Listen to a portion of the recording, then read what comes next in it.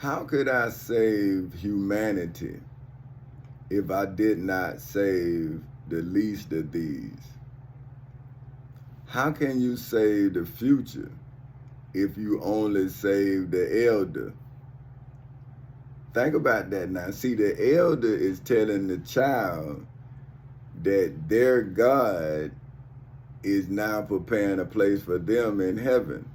But the elder, for whom is the God of the child, is not preparing a place for the child here on earth.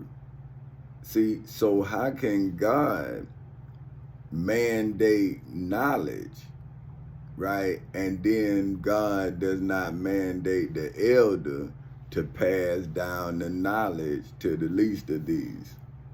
Because how can you change humanity if you don't change the child?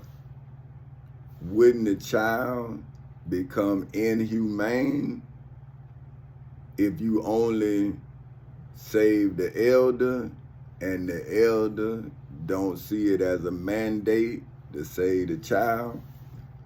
So how can a slave's bloodline become free from slavery if the slave is a slave by blood?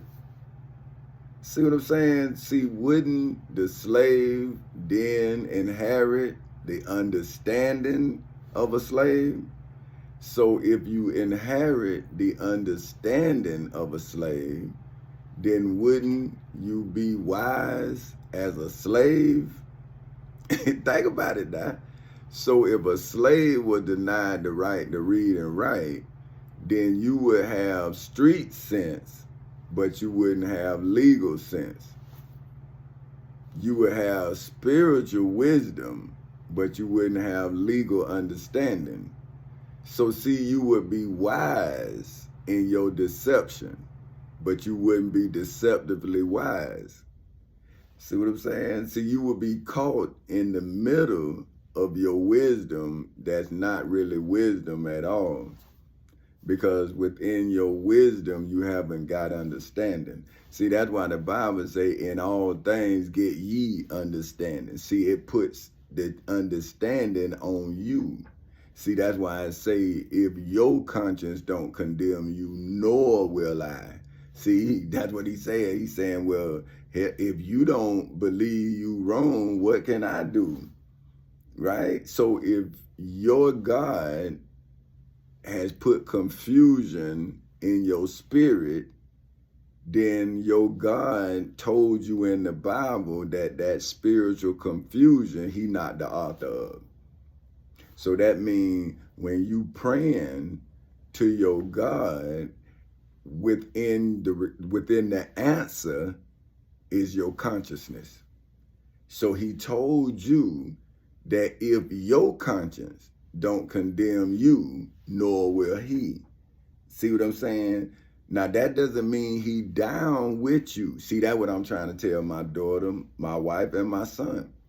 See, the people that I love, I've always told them what would put a strain on it. You see what I'm saying? So I told them how to keep the stress out of our relationship on my side. See what I'm saying? Now me, I understand that with vulnerabilities come strength, right? Because I did it. Like when I was vulnerable with my father, then I built up a wall. See what I'm saying? So he couldn't get no further mentally. See, now whatever he did physically, I was too small to stop him. You see what I'm saying? But I had to keep my mind so when I grew, I can grow in understanding of what to do. See, so then I subdued him, but I did not charge him. See what I'm saying? Because of my maturity, because I had became a father at 20. See what I'm saying? So I had became of age where I was able to stop him. I was like 17. See what I'm saying? So when I started being vicious, at the same time I was being vicious, I had met my wife, but she was my girlfriend. So I see me like I was always stuck in between hate and love. See what I'm saying? And she kept loving me. See, she didn't know she was healing me. She was doing exactly what she wanted to do. She wanted to help me, so I allowed her to help me. See, that's what I'm telling the thug, right? I'm saying, well, if you don't believe in love, it's not love, it's your belief in it. So you have to be vulnerable. See, but you also have to understand you're a thug. See what I'm saying? And so me being a thug, I knew I had a thug mentality, and I knew that love had to be nurtured. You see what I'm saying?